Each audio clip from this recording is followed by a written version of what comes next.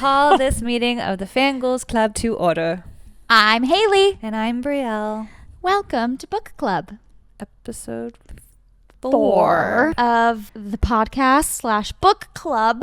Book Club. Book Club. But this is this is technically week 3 of reading and talking our way through Kingdom of Ash by Sarah J. Maas. Yes. The first one, we just did kind of a tandem read, chit chat, wrap up, and then now we are reading our way through 11 chapters each week. And we just read through our third section. So it was chapters 23. So hard. Chapters 23 through 33. Cool. Yeah. So that's what we're going to be talking about today. And it was a doozy. I was going to say, it was a doozy. Yeah. It was a lot. Well, mostly things that we were really hoping were going to happen soon. They did. And they sure did. Mm-hmm. Yeah, this book, it's funny. I'm always like, I'm an end of the day, like in bed, like right before I fall asleep reader. Me too. I kind of just have to be. This is not a good book for that. Like, let me sit down, especially like we just talked about this section of chapters. I usually sit down and, like, especially with this, we're only doing 11 chapters a week, easy peasy. I'll read a chapter or 2 a night. And I'm like, let me sit down and read. Maybe I have the energy for 2 chapters tonight. But this whole section was like, you have to get through it. Yeah, like you this was a whole thing. Like all 11 chapters was used up in this one. I know. The second I started reading this set of chapters, I was like, okay, I have to wait for like a Saturday or Sunday when I do like my full day reads. Yeah. And I read it all through. And each section so far has like gone together really well. Like, I know. Starting and closing like perfectly. Because this one we get sort of like the frame with Dorian, Manon, Dorian at the like the second chapter, I think, in this section, but then the last chapter. Again, yeah. So we get one chapter after all the Aelin stuff takes place. So yeah, I don't know how it worked out so well, but 11 chapters for this each week is the secret sauce. Because I'm really good at math.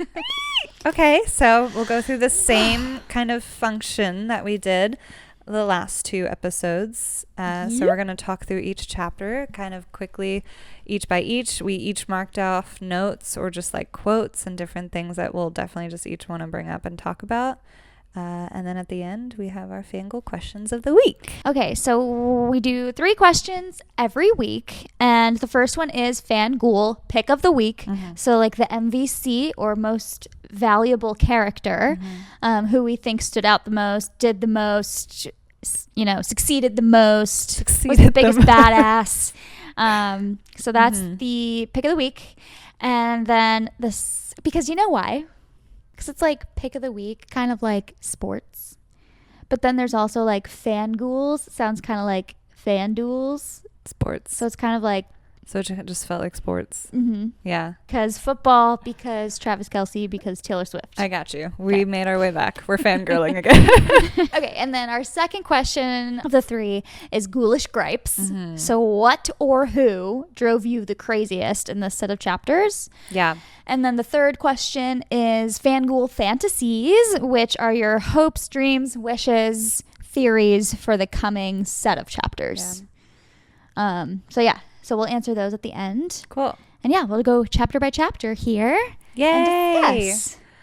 Always feel free to comment and ask questions, answer our questions, answer your own questions. And we want to talk with you about this. So that's why we're here. Yeah. Do you have any questions? Do I have a question? How much have you cried reading this book so far? On a scale of 1 to 100 tears, approximately how many tears have you shed? I haven't cried yet. But I was close when we thought a certain someone might not making it out of that tent. Oh, yeah. Okay. Well, let's get into it then. Yeah. Hayley. Yes? Before we get started, what was your fangirl moment of the week, just in life? In life? Yeah. What did you fangirl about this week? Oh, you know what I fangirled over? What? Your 30th birthday. Oh. Let's all officially welcome Brielle to the 30s Club.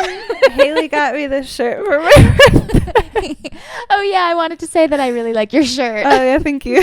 You picked it out. I know. It's a bunch of ghosts. Then they're carrying all of the Akatar books. We got a Court of Mist and Fury. And I like this one, just has silver flames chilling on his head. I know, it's so cute. I love it. And I really want to have one made with the Throne of Glass books. I have to. Yeah. And that's in the works. Okay, great. So I fangirled over your birthday. Aww. Because, I mean, what more is there to fangirl over than the biggest fangirl of them all? So Me? Yeah. Honorable mention would be probably the Stranger Things behind the scenes trailer basically that they dropped. Can I fangirl over the Stranger Things candles that are going to release from Oh my god. Because I'm getting them. We have to get them. I'm so excited. Well, yeah, we're going to have a whole candle tasting. A taste test. Smell test. My fangirl moment of the week was obviously Joseph Quinn. Oh, yeah. We saw A Quiet Place day 1 on Saturday. Finally. Mm-hmm. We wanted to go opening weekend. But life. We were we were unavailable. We were unavailable. Boy, did I fangirl over Joseph Quinn. He was amazing. They both were. Oh, my God. The cat was. But it's like we knew Lupita would be amazing because she can do no wrong. I know. And it was his first big boy movie, and I was just so proud of it. It's amazing how this is truly another breakout role for him. Yeah. Even though we know him as Eddie, we can see how versatile he can be. And then he's gonna be in Gladiator. Yeah. And then I just cannot wait for Fantastic Four. Oh my God. I cannot. Yeah, it's just so exciting. I know. I'm popping off. So proud of Joseph. Anyway. You love Eddie. I do love me some Eddie. Chapter 23. Do you want to do a full read along? We can read to them. I think we should go live right now and just be recording in live. That's never been done before. No. Okay, so we're starting off on chapter 23. So end of chapter 22, we left Adian and Lysandra and the squad. The army, battling the forces of Marath. Packed up and left. Yes. Like an angry housewife. And, but they're getting pummeled right now by Marath. Oh, yes. Yeah. Oh, that's and we didn't get any of them in this chapter. Nope. Oh, that's so fun. So, yeah. In this whole section of chapters, we still don't know what's happening. If Aiden and Lysandra are alive, if anybody's alive. Yeah. So we left off there in 22, and then we jump right back we're back in Doranel. We're on the outskirts of Doranel. Mm-hmm. Alide, Lorcan, Gavriel, and Rowan. They're at the edge of Doranel. The guys are, and they're waiting for Alide's going in. Mm-hmm. Alide's going in. So Alide is about to do what she does best. I will give it to her. You know? She's so cool, and I love her. I love the description of her, fear is a companion that she, pushes aside, and she's just going to go in here and do what she needs to do. And I think it's so great that she is a part of all of this because it shows, not the regular people of Terrazin and how they are in the world, but, she is the representation of the citizens of Terrazin. She's a good representation in general, that it's a reminder that yes, we are surrounded by all of these groupings of people that are fae and fantastical and magic. Superhuman, yeah. And it's nice to get this is the only female character that we really follow that doesn't have any powers, that doesn't have all of this. But in these chapters we still saw that she has something to still give, and she always comes through. Now that she's found her people, she's allowing her own self to come out. And so she has basically volunteered or insisted on going into this city herself, which makes sense because no one will really suspect her and people will recognize Rowan, Gavriel, and Lorcan. Yeah. So she's going to go and do her little tavern crawls and like try and get any sort of inkling of where Aelin might, or Cairn, where Cairn might be. Therefore, we might find out where Aelin is. Yeah, I love the descriptions going into this part of like she was trying to like keep her awe at bay and like it's beautiful there. And she was like, oh wait, this is like really nice. Like she was just expecting, because what she saw and heard of Maeve, she expected like Morath.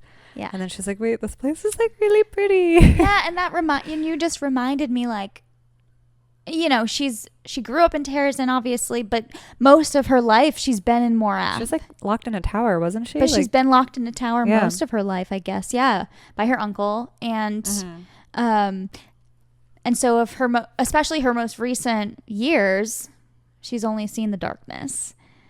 And then she was like dumped in the woods by Manon in an effort to save her, but still like alone. Yeah. And then Lorcan was with, and she just had a rough time. She's had a rough time, and now it's this juxtaposition of like this gorgeous landscape, gorgeous, beautiful city, and this like really grave task that she thought she was going to walk right into like danger because that's what she's used to. But then when she realized that this situation innately isn't dangerous. Yeah. True. She was like, oh, and I think that gave her a sort of comfortability to do what then she had to do. Some confidence. Yeah. I wrote like, she's an actress in my She really is. It's so cool. And I have a question. I'm wondering what you think about these like little tiny hints or glimpses of Gabrielle X Elide. Because I think, like, is it written for to showcase Lorcan's jealousy and feelings, or do you think there could potentially be something there? No, I get very like almost daddy-daughter. Okay, yeah. Feels. No, that makes sense. I feel like Gabrielle suddenly learned that he had a child, and he became and then that child instantly hated him. I know. And showed everything in himself that he didn't need him. And so now he all of a sudden has this part of him. And then he sees this like innocent young girl who innately from the same place isn't Fae, like all this stuff does need extra help. And I think he's kind of like liking that opportunity. Okay. That makes a lot of sense. But I guess I'm seeing it through Lorcan's eyes most of the time of like, he lended her a shirt. It's like, I mean, so was Rowan, and like, right. She refused to take Lorcan's like shirt for her periods, but she was like, "I'll take your shirts." But she didn't realize that Lorcan was ripping up his shirt and then putting them in her bag. She hadn't said anything when she'd found those strips of linen at the bottom of Lorcan's bag because she ransacked their shit and like, took and what ran she to needed. town. Yeah. Anyway, okay, that's a good point about Gabrielle. I was like, I wonder if Gabrielle might explore something, or if it's really just written to show like Lorcan's feelings. We get a lot of Lorcan's POV, more than I thought we really would. I know. And I know. They've all been good though. I've liked them. Like he's still a character that, like, if you ask me how I actually feel about him, I'm still like, I don't know. I know. But I've liked his perspectives and, like, POVs that we've gotten, though. But you know why I'm obsessed? I'm kind of obsessed with him. Because, once again, I'm picturing Tom Hiddleston as Lorcan. And so anytime, I know, but Loki. Lorcan's supposed to be huge. Okay. Loki. It's just the same vibe. Yeah. Like, it's all vibes for me. It's all vibe. Vibes and personality. Anyway. For me, he's very like Emmett, just long black hair. Yeah. Yeah. He doesn't really say or do much, but he's just like giant. I haven't seen many fan casts. Because I could also see Lorcan walking around with a bag of eggs, you know. Like Gaston? Like Emmett. Oh. He probably does look very similar to Gaston. True. Okay, anyway. Okay, so anyway. Elide. The mirror. When she whipped out the mirror. Oh, she's just so like, she's such a little like spy. She's like, yeah, she is a spy. She's like a little spy, and she knows how to put on the theatrics. She knows like, okay, I'm gonna like crush up these berries or whatever, and like put little makeup on and make myself look the part. It looks so sad. I mean, she's so thorough in her thinking. And I can't wait for the day that we finally get to see her plot something with Aelin, if that day ever comes, because she is so cunning and wise and thoughtful. Yeah, I want to get an Aelin, Lysandra, Allied trio. Manon would not. Well, maybe because Allied would be involved. Manon is the ultimate girl's girl, okay? She and her 13 are like, what's happening? Scary. Spooky. So Allied, like, gets her appearance right. We find out that she's sort of masquerading as a downtrodden, like, thrown to the wayside lover of who we find out to be Cairn. She's pretending to be Cairn's ex-lover or something. I like how all of them were instantly like, all the other fae that she was talking to, they were like, you're whose? Like, they were instantly they were like, don't go looking for him. Like, what are you doing? I mean, I wrote down this quote: if you escaped Cairn, don't go looking for him again. Yeah. Like, they're very like serious and frightened for her. They all are scared of this dude. And he's a psycho. And I thought, yeah, what a great way to kind of evolve his character a little bit without us having to like witness any more of him than we can stomach, you know what I mean? Like, we can see, even these like fae warriors, all of them are like very frightened of him. Yeah. And what he's capable of. Like, if you escaped him, don't go looking for him again. Don't go Scary. Looking. So yeah. So she's asking if they know where he is, and they're all kind of like, we're not getting into that. Sorry. But then Elide sort of like saunters away, goes down this little alleyway. There's a lot in this whole series. If anyone goes into an alleyway, like, something's going to happen. Yeah. Every single time someone is in an alley. The second she walked in, I was like, uh-oh. What's going to happen? Who's going to be behind her? Yeah. Better not be Maeve or Kit. I was scared. She was like, you were looking for me? That's something's going to happen to her. That I flagged, really, in this one. Once our new friend followed her back down the alleyway. SR? She said, I only wish to talk, but in private. And then, so Allied followed her. She said, golden flame danced between her fingers. Yes. Is she related to Aelin? Interesting. Maybe. Because that's the exact description Aelin always has, is that flame danced at her fingertips. And ooh, SR. That's interesting, yeah. It could very well be. She's another one of those dragon descendants. That's cool. Ooh. That's really cool. And how did Allied clock that? Like, I think she had to have, because it's like in her POV. Yeah. Oh yeah, Allied recoiled, and the fire vanished as quickly as it appeared. Interesting. So, and Allied, we know she's very perceptive and a smart cookie. Oh, yeah. So she definitely clocked that.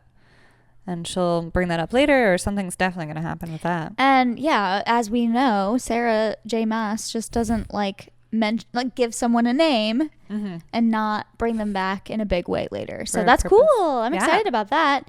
And then Drizenda is the other fae that we met. Okay. And it was cool that they did end up telling Allied like where the camp was, and then they all sort of like girl power sort of plotted all together. Because she had her meet up with her sister. Yeah. And she was like, okay, let's all chat. Yeah. Oh, my sister knows about this. And then and that's when we find out page 218 that she was involved with Lorcan.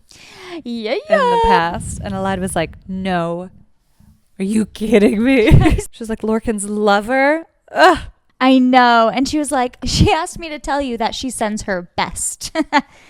She is so petty. It is hilarious. So good. She's making this dude suffer. One more thing to note about SR is that because what I noted was I wonder what will happen now that SR knows about Aelin being there.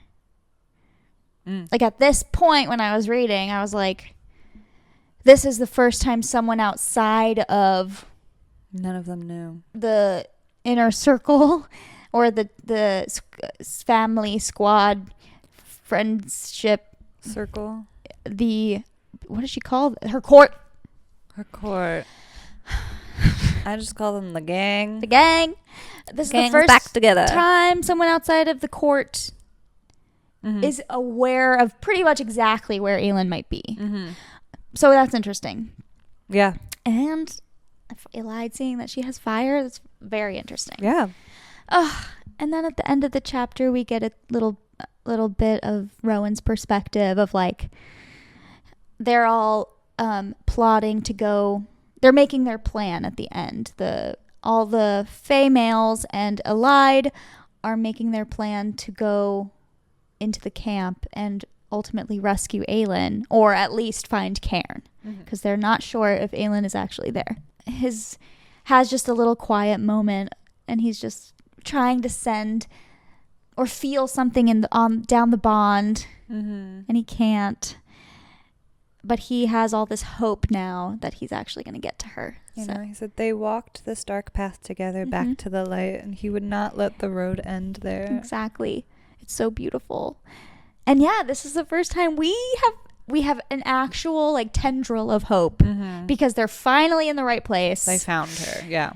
And we know she is there, so we're like, okay. Yeah, that countdown was nuts. So this is the first time ever reading these books that I was a little bit disappointed to come upon a Manon chapter, because I was like, okay, I just want to get to the Aelin rescue. But this ended up being what I texted you, my Roman Empire chapter of the of the book so far. Okay. I cannot. Chapter 24. We're still at the Croken camp.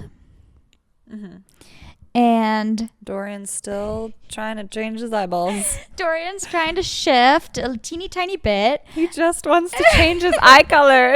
And he's so angry. I know. And we find out at the beginning of this chapter that Manon and the 13 are going to fly to Eoa with the Crokens. Because Glennis is sort of like, okay, what are you going to do? And she was like, we'll fly with you. Even though they all kind of hate her still. But she's hell-bent on turning their mind. Like, convincing them that she's not the evil Iron Teeth witch that she once was. Yeah. Oh, it's giving Prince Zuko in book 3 of Avatar: The Last Airbender, where he's like, yes, hey, Zuko here. Like, trying to make amends for all the horrible stuff he did. It's like very similar, actually. That's so funny. I know. Because Dorian literally is the Avatar at this point. Yeah. You're so right. Because he's got ice, fire. He's learning how to shift. He can bend it all. Just not his eyeballs. He has invisible hands. He's got a lot going on. I'm wondering this whole chapter, like, okay, what is it actually going to take for him to really understand those words from the spider, like, be what you wish. I'm trying to decide, like, who am I? Yeah, what is that to him? Because he doesn't really, you don't get much introspection from Dorian other than what he thinks his purpose is, which is every time you do, though, it's himself. Yeah, every time you do, it's depressing, because then he thinks of his brother. He reminds himself that he killed his dad. He reminds himself of Sorsha. Like, anytime we get any introspective situation, it's always. And here's where the similarities between him and Chaol come in. Of like Chaol not being able to get that darkness out of him because he still had those thoughts and guilts. So again, hopefully Irene can like, she's the light, get this out of him. Yeah. Or something. Do you know what I flagged right here? I know what you're going to say. You do? Yeah. Is it about Abraxas? Yeah. Yeah, say it. He has a mate? I laid straight up in bed. All the lights were out. I love that he gets some good, cute little. They're literally cuddling. Abraxas and Noreen. And this witch was like, "Oh, he and the blue one are mates." And she's like, "They're what?" Mm-hmm. It's so cute. Thank you for adding that. I know, so just too cute. Our little dude. Your wyvern seems more like a dog than anything. Oh, I loved Manon trying to crack jokes because they're like, "Oh, like you fly those now instead of brooms." Mm-hmm. Oh, those seem kind of cool. I forget what the word they used, obviously. But she was like, "It's different from using the brooms, though. They're faster and deadlier, but you also have to like feed and water them." Yeah. Like that's her version of like trying to joke around. Mm-hmm. Yep. I can just imagine, like she's so dry and just like doesn't. She's so Zuko, man. Yeah, that's so funny. So funny. I love that. That's who she reminds me of. Yeah, like trying to do this redemption arc. Yeah. That's but it's so like funny. it's so bad it's funny. Like she's not failing, you know, she's had a couple of wins here and there, and she is at least getting them to talk to her now. And I think like she's lucky she could do this on her own. But like the fact that she has Dorian there, who everyone just sort of loves, everyone just loves him. You just fall in love with him. He's little Aang. Oh my god. Oh, one thing before we get to that, because it has to do with the broom conversation. Yeah. I do wonder if they will ride brooms again.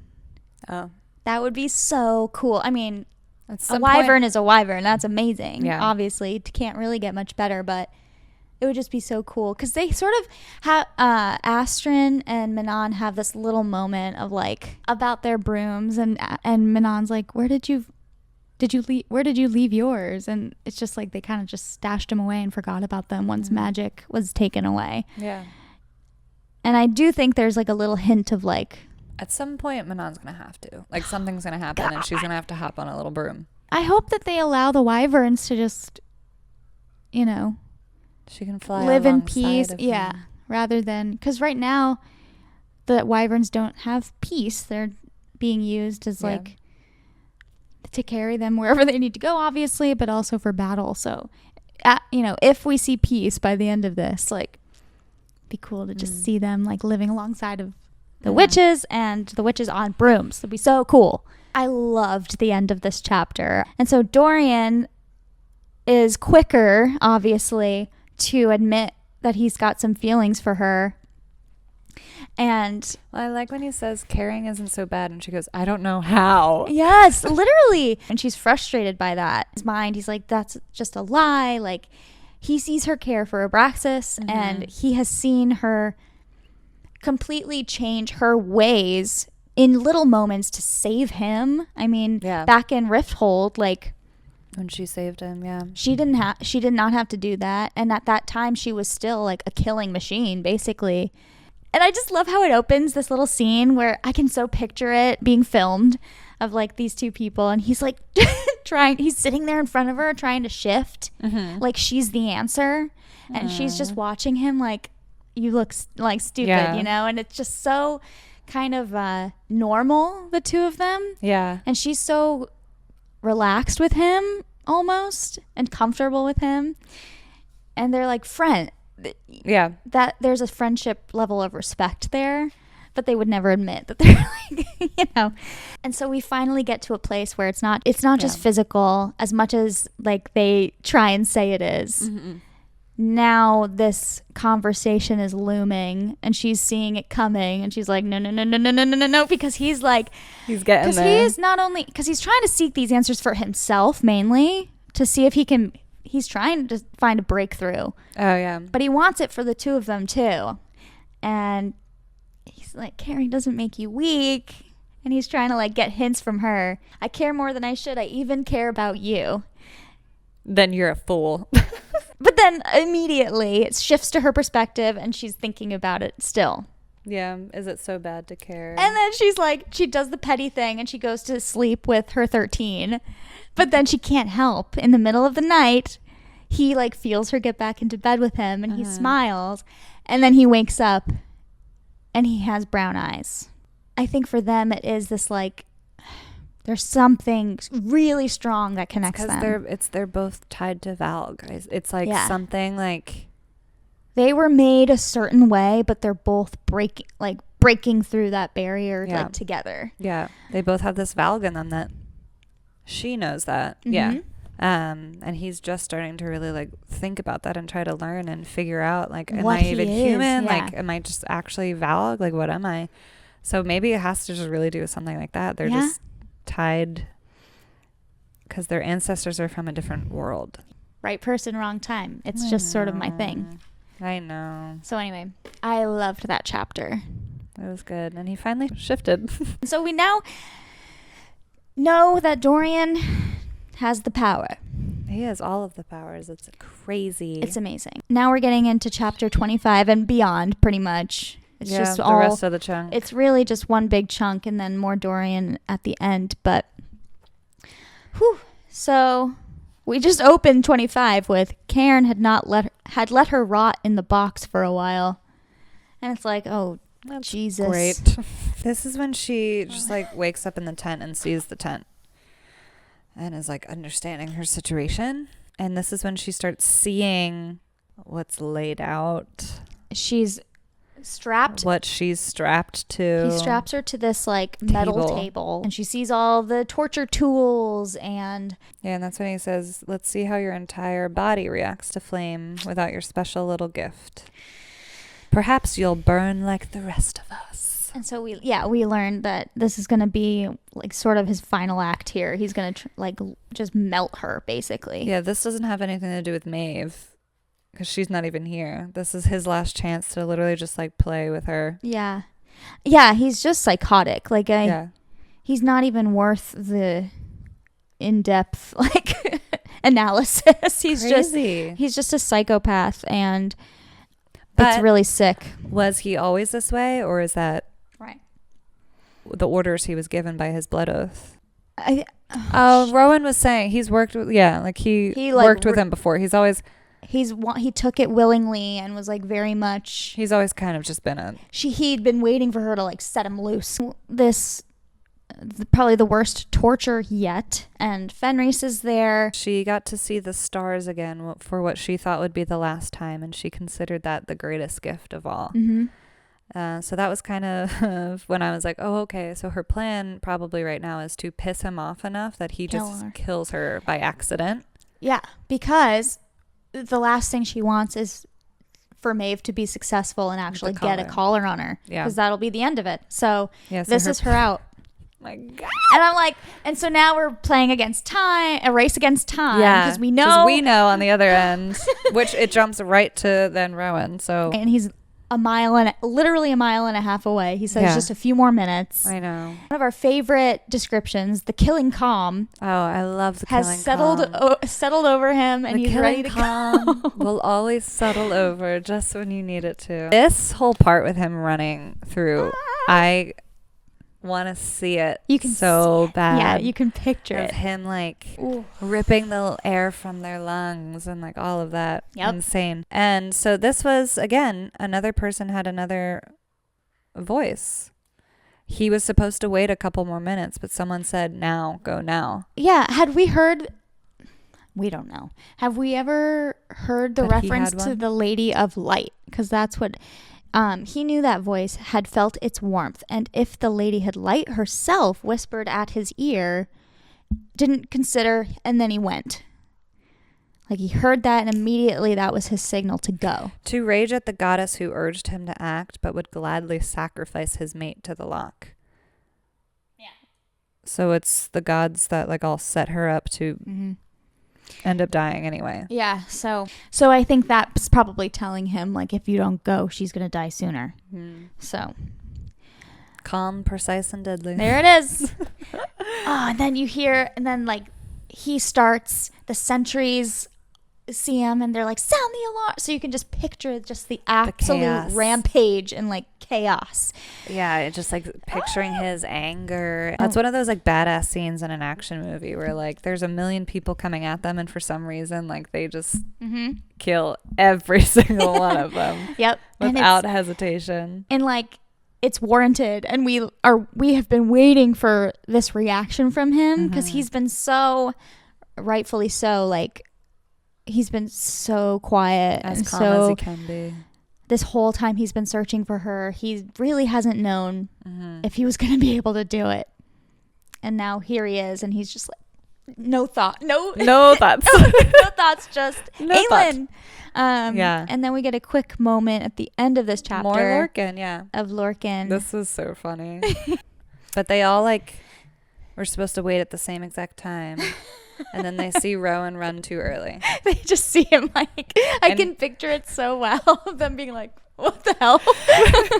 But he was distracted. As he said, Lorcan is down bad because he kept looking behind him to see where Alide would be, but they left her like miles behind. So he wouldn't see her anyway. But hello? He's like, just making sure. Because he's down bad crying at the gym. He would cry at the gym. Yes. And he's just killing. Rowan's just a killing machine. I know.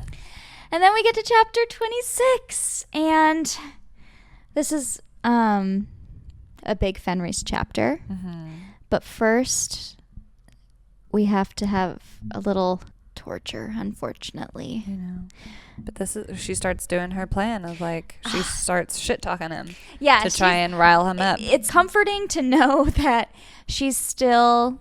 Like, Aelin is still going to Aelin. She's not trying to talk her way out of this. She's trying to piss him off. She's trying to piss him off to make him really snap.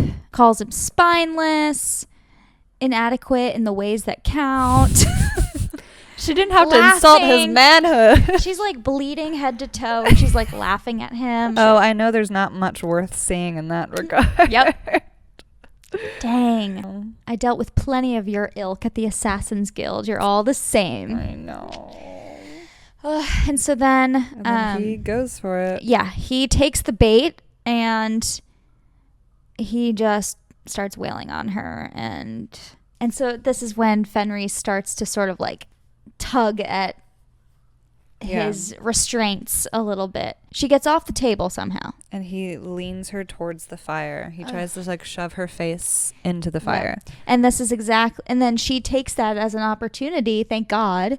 This is where all her past training comes back in. She like waited to feel when he was perfectly off balance.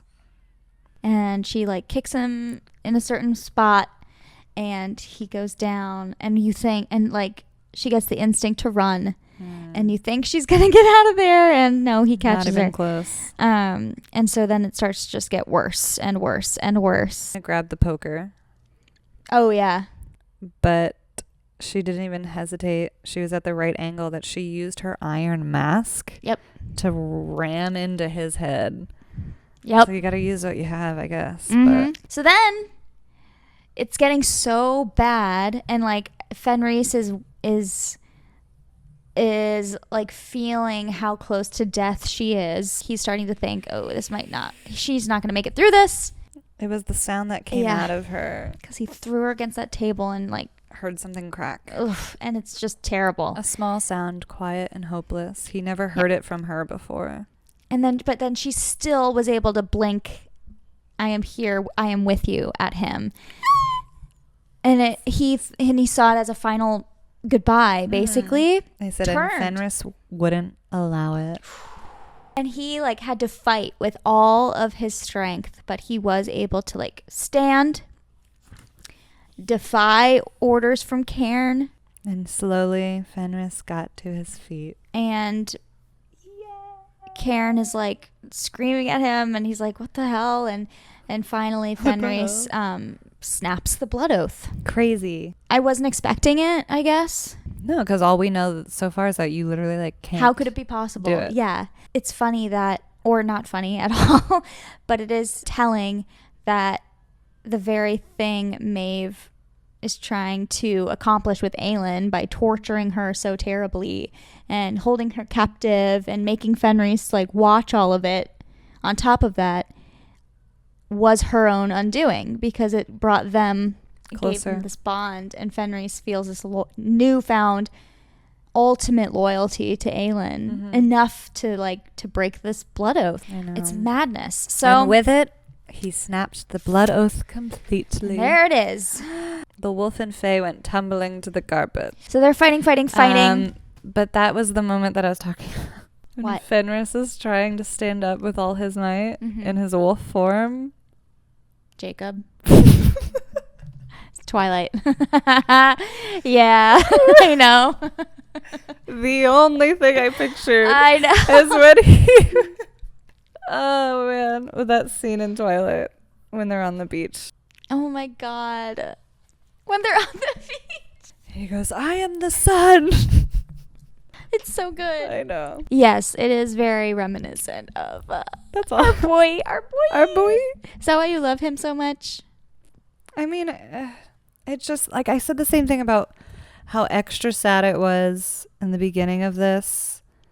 Obviously, we knew Rowan was in a terrible place and sad, but it made it even more sad when he's just like flying around in his hawk form. I know. When they're an animal, So, it's like, God damn it. So like this, he's just laying around as a sad little wolf. Yeah, it's true. Well, and then we learn in the beginning of chapter 27, while Karen and Fenris are fighting to the death, Aylin's like, he managed to snap the blood oath, and that's gonna kill him.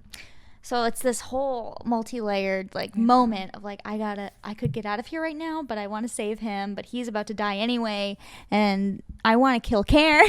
Yeah. She can't run. She just broke something. We don't even know what. Exactly. But she does manage to get the poker. What is it? It was like the poker was really hot, so she like melted the chain. So she was able to get her ankle chains off, and she ran out she of the sprinted tent. for the tent flaps. And then then immediately back to Rowan, who's Still running. who's still running to her, and He's still going. And I'm thinking, it's gonna be this beautiful beach scene, like beach-like scene of like da, da, da, and they're gonna like run to each other. It was not. No, but then we learn quickly, pretty much in the next chapter, she's running in a different direction, and we're like, oh shit. Oh man. And then chapter 28, Aylin ran. They're all just running. Her legs are weak. She's barely done anything in months and just been tortured. She has no muscle left. She just broke something. But she still manages to take that poker and fight. I know. However many soldiers. So Lorcan is the one who sees her first. Yeah, I really liked this scene in his perspective. Yeah, and he said he was surprised by the sob that kind of like went through his throat when he saw her. But then he's like, but it wasn't a fire-breathing queen I saw fighting these soldiers. It was an assassin. It was an assassin. Yeah, even as he ran for her, because he started running towards her. Lorcan could only gape at what unfolded. Like, he watched her destroy all of these soldiers. And he's trying to signal to Rowan, like, okay, we have her. There's so much. Yeah, he was like, she's right here. Yeah, I really liked this part too, because we rarely get, I don't think we've ever really gotten any sensitive sort of side of Lorcan at all if it didn't have to do with Allied. True. But we saw this part of him like actually relieved to see her and running towards her to try and help her and save her. But at this point, he was also really concerned about all the soldiers. I know. Because it said his soldiers. How many of them did he train? And he said he did his best to try and prevent their deaths and save them from themselves. So he was just trying to do force fields. He wasn't trying to hurt them. He was just trying to shield him and Aylin. It's really cool. I feel like Lorcan 2 books ago wouldn't have given a shit. I think without knowing that much about him, we've still seen like a lot of character development. Yeah. And it's really good. You know, and then she mentions that Fenris is alive but not with her and probably on the verge of death. We see when the sob that came out of Aylin at the hawk in the sky. So he felt Lorcan's power. So that's when he comes flying back in his hawk form, and she like sees him flying. And that's when she sees him for the first time. It's true. But then Rowan immediately turns back because she says that Fenris is still there. Yeah.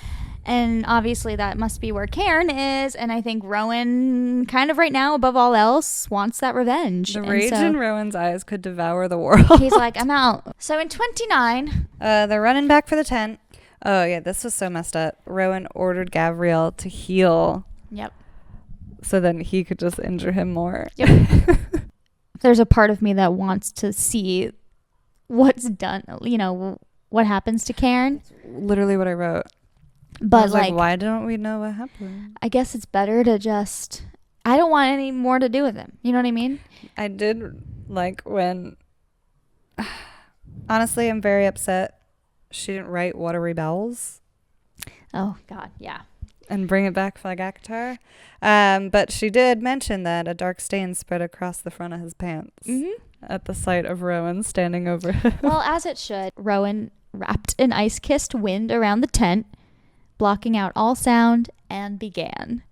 And you can just imagine from there what the hell happens. And then these next 2 chapters were just rough and sad. It's, I don't know why I wasn't expecting this. Like, Aylin, I didn't know what to expect. Yeah. I didn't know how she was going to react once she was reunited with her friends, how she was going to be. Her just continuously yelling, take it off, It's really hard. Yeah. Like, Elijah standing there not knowing what to do, and, like, none of them could do anything. It was just... And they've never seen, other than Rowan maybe, has ever seen her so vulnerable. Mm-hmm. I mean, and this is like unimaginably so. Like on another level for Rowan even. Because she can't even comprehend him being there with her. You know, she's still in this like dreamlike state of... She doesn't know what reality, the difference between reality and Maeve's glamours on her. Yeah. So, and none of them can get the freaking thing off. Like... I know. Yeah, they bring Fenris back, so then they're back all together. That's when Rowan tries to then help her, but she's just panicking. And then, as always, somehow these word marks always make their way back. And so Aylin basically shows Rowan how to do it. Yeah, because she couldn't, still with all the iron on her. So he's like, fire heart, show me how to do it. So thank God they finally get the mask and chains off of her. And, you know, they get a look at her and there are no scars. I know. And she's like complete, the tattoos. Got baby skin. Everything is gone. And it just. I know. So to have all of that just be erased is like a huge part of her identity. Yeah. Was erased. And so they're all just really taken aback by that. And then they get a glimpse into what must have happened to her. Yeah. Anyway. So. This is when he. Oh my God. This is when he first says, because they haven't seen each other since he learned they were mates. I know. So she looks him dead in the eye and he goes, I am your mate, he whispered. And the love in his eyes, it made Elide's throat tighten. Oh. And so they're all just kind of like looking at each other like, now what? And then we jump into 31. That's when Rowan's like, I know what she's done to me before. Like, what the hell could she have done to her? And this is the chapter where we see Aylin and Fenris interact outside of their captivity, basically. And you see how deep their bond is going to be from now on. Yeah. And it's sad kind of like, and powerful. And again, it's another layer for the observing team of like, it was as bad as we all. But once all the iron was off, she finally got to release all her magic. So she just sat there for like burning. Yeah. Like long ass minutes with Fenris like literally on her lap. Yeah. Just like burning. That's crazy. I know. It's a wild image. We all know by now that Fenris is about to die because he severed the blood oath himself. And I was shocked to see what happens when suddenly Aylin is like lifting up his paw and like taking his claw and like slicing it across her arm and then gives him the blood oath. Oops. Yeah. And everyone's like watching like, and Lorcan's like, holy again, running gods. It's like, again, we got a Lorcan.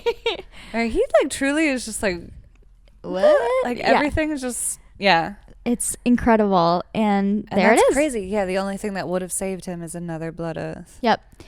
And her only order to him is live.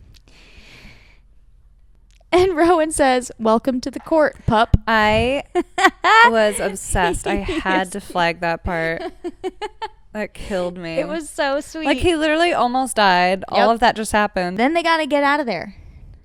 And guess who showed back up? Yay! The little folk. How little are they? And Elida's like, what? The little folk. I was thinking, what did we watch? The little potato people from The Dark Crystal. Yes. Mm-hmm. I was like, I just wanted to picture them as like the little potato people. 100%. Wait, I feel like they're very reminiscent of that. Yeah, because it's like their own, like they're just these tiny, like other little. Yeah. But they've been hidden this whole time, and. Mm-hmm. I know. It's really cool, and we've only gotten a few glimpses of them throughout the series, and only with Aelin, and Aelin is the only one who can communicate with them. It's so interesting. Yeah, like even Rowan is like, you want us to follow you? Or like, even now, they were Rowan's just like, seen this. Or I think she just told him. Because they've only appeared before to her in Wendlin. In Airfire, yeah. Like that Lorcan out of all of them was like, you trust them? Yeah, I know. And, even as the reader, we still aren't sure about them. We know that they've only helped her been that a once. positive presence in Aelin's life before, but even now, the stakes are just so high that I'm like, could they potentially be sworn to Maeve in some way? Or like, I know. Could this be a trap? And they just end up following them because Aelin just sort of like goes for it. She's not there. No. And it's very sad. I know. And it does make me very nervous for the rest. I know. For the rest of this. And yeah, and they were like, oh, anyway. it could be a trap, blah, blah, blah, blah, right. blah. But Aelin followed them unfazed, and behind them, she continued. So Rowan followed her as he would follow her until his last breath and beyond it. Yeah. I'm like, sometimes it's cute, and sometimes I'm like, Rowan. I know. Because I always just think back to how they started. And that's what I'm saying. Like, they're just so made a 360. But I mean, you can't not absolutely love them and how perfect they are for each other. So they follow them into their cute little safe haven cave. It's so cute. Yeah. And I did flag this part too. It reminded me of the Fae lights that she always brought up in ACOTAR. Oh, yeah. This one, it said magic, old strange magic, the lights, like they'd been plucked from the night sky. They were just floating around. Which is what she always described in that. I'm just saying, there are always little connections to be made. And that is probably for sure one. Mm-hmm. No matter what the aftermath of all of this is right now, we know that she's safe. I know. And she's with the people who are most apt to protect her from now on. Mm-hmm. Because God knows if Rowan had been on that beach, things may have gone a bit differently. Yeah. So we have her back, and we'll see what happens after that. I know there's a lot left, but if they get separated, they can't. Again. He can't possibly allow that to happen. But I'm just like, every time they're back together, there's something else. Like, as soon as they got to Terracin. I know. And he was like, oh, all right, see you later. I got to go save Dorian. And he, like, left. And, like, they're always separated. Please, so I'm no. like, I just need them. Just stay together. My gosh. Chapter 32. We're back. All right, with your boy. With my king. My king and my true queen.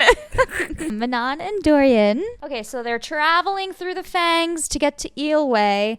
And Dorian is practicing his shifting. It took him 3 days to turn them back to their usual sapphire blue color. Who did he wish to be? Anyone but himself. Oh, yeah, I wanted to discuss that a tiny bit. I wonder, who do you wish to be? And he sort of changes himself to look like Aelin. Like an Ash River person. Yeah. And it's interesting to me. And the way that she weaves these relationships is just so cool. And I think Aelin and Dorian obviously haven't had much together recently, or even in Empire of Storms. But yet that deep bond between the two of them is still there. And Dorian especially, because we know how he is about his like connection with Rowan and how much he looks up to him. And learning my Rowan like practices. Dorian really like holds these connections that he's made so dear. Yeah. Your eyes are green now, King. And I love how anytime we see him like practicing his magic or doing anything like this, the witches are always like literally sitting around just like watching him. Yeah. More sad news. God, yep. They were too late to get to Ilway. Yes, we get to chapter 33 and they're all dead. All of them. But they did say that there are some survivors because it seemed like they wanted there to be. Which is interesting because they're still trying to figure out the tactics and they're still trying to figure out why, like, what are the strategies? Like, what is everyone like trying to do here? I know. This is when, again, now all the Crokins start getting angry again at Manon and the 13 because it was the witches that did this. Yeah, the Iron Teeth did this. So they're like, you're the one that trained them. Like, you're the one that comes from them. It feels like this is going to be a huge step back for Manon's cause, and she's like, how do I find my way out of this? But she does this very sincerely, and you know, I don't think that she's viewing it as a tactic at all, but rather some sort of start of an apology, and she starts digging graves. Dorian offers to burn them. Yeah. And then she goes, don't burn them. She just kneels down. And then they all join her. Yeah. For hours. And this is where Dorian's little princeling training comes into hand. He starts writing all the messages. Yeah. With Glennis. Mm-hmm. So I guess it's at least good that more information is getting out. Mm-hmm. Against Erewhon. Right. But my God.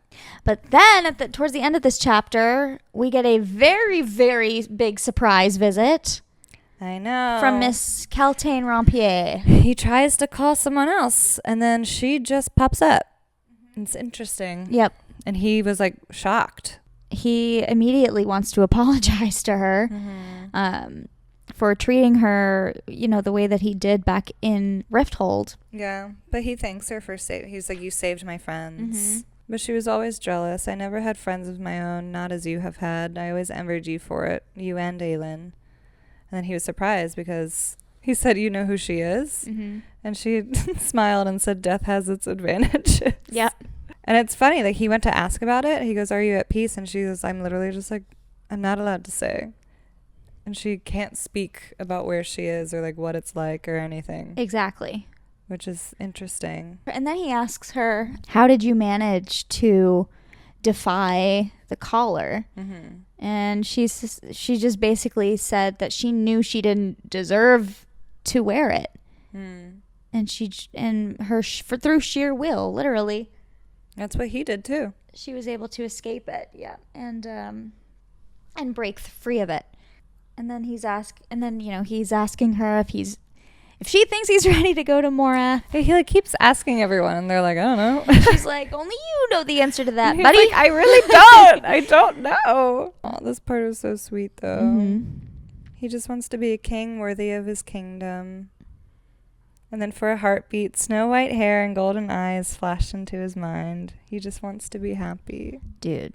It reflects like a few chapters ago when he mentions like, look, he's looking at Manon and he feels guilty for the feelings that he feels. But then later that same chapter, he's confessing that he cares. And now it's like opening up within him more and more. And so then he's thinking about it. This is when he finally admits it. Yep. So then this is when he finally. And then he gets to shift. Yep. And he becomes a raven. Raven is really interesting that that's the first thing he actually shifts into. Yeah. It's very Game of Thrones. And then she's there to witness it. And Manon sees the whole damn thing, of course. And she corners him and she's like, oh, when were you going to tell me you were going to go get the third word key? She knew.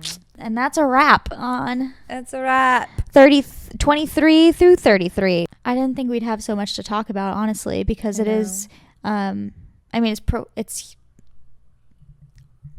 big, one big thing happens, really. Mm-hmm. But as always, there are many like nuances to it. So I know it's so good. I'm so happy. I'm happy she did it. There's a lot of healing to do, but I'm glad that she's away from Cairn. I know, and that he's hopefully dead. I don't think Rowan would have left him alive, so I hope that he's dead. Oh, yeah.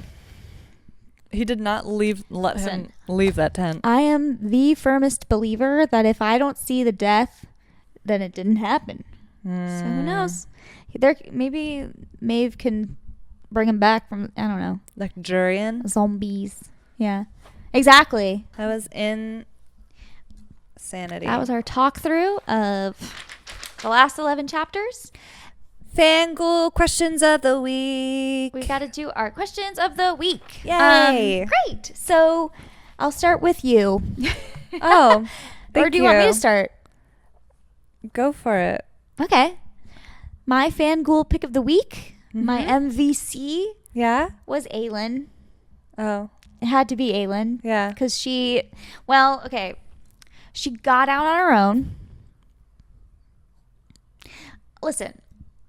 If anyone else had endured the things that she endured, no one would have the mind to take that poker, melt the chains, and run away and have the whole, talk her way into him throwing her around and in order for her to get him off balance. And I think Fenris obviously was hugely her teammate in that, but she managed to run out on her own, fight her way through all of those soldiers, and then also was able to save Fenris by giving him the blood oath, and essentially thank him for what he's done for her these last months. So she's definitely my pick of the week, and I'm happy to have our girl back. Kind of. Yeah. She's in there somewhere. Yeah. I mean, there was a lot. Mm-hmm.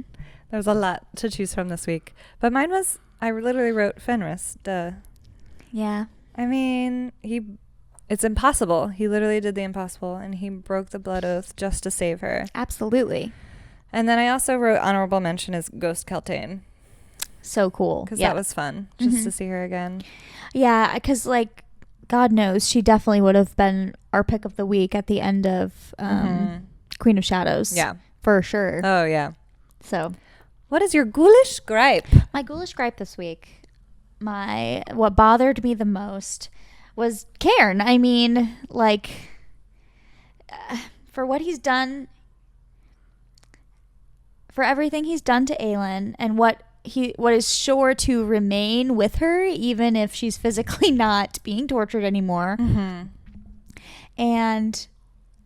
at the time when I wrote this, I was like, and that we don't even get to see him suffer. That's what I wrote. I literally was like, we just didn't get any details on what Rowan did. Maybe we will in the coming chapters. He'll recount it. I want something. I know. I know. It is deserved, I think. As much as I love the thought of just casting him aside like nothing. It doesn't have to be a lot. It's the same as when Aylin gave Lysandra her blessing to do with what she wanted of Arabin. For sure. We didn't get crazy details, but we got that satisfaction, the story of that revenge in a way. What is the last one? Our Fangirl Fantasies. Yes. So our hopes, wishes, and dreams for the next set of chapters. The next 11 chapters. No, I want to see 2/3 things from Manon. I want to see her... She's got a list. I want to see her admit some feelings for Dorian. Mm-hmm. I really want her to win over the Crokins. Okay. And become the queen. Oh, okay. I just win over the Crokins. Gotcha. I want I didn't realize I also wrote this, and I want her to tell Dorian that she loves him. Yeah, she's just gonna be like, so the same thing as my first number one. Yeah, but I got you. But a little more in depth.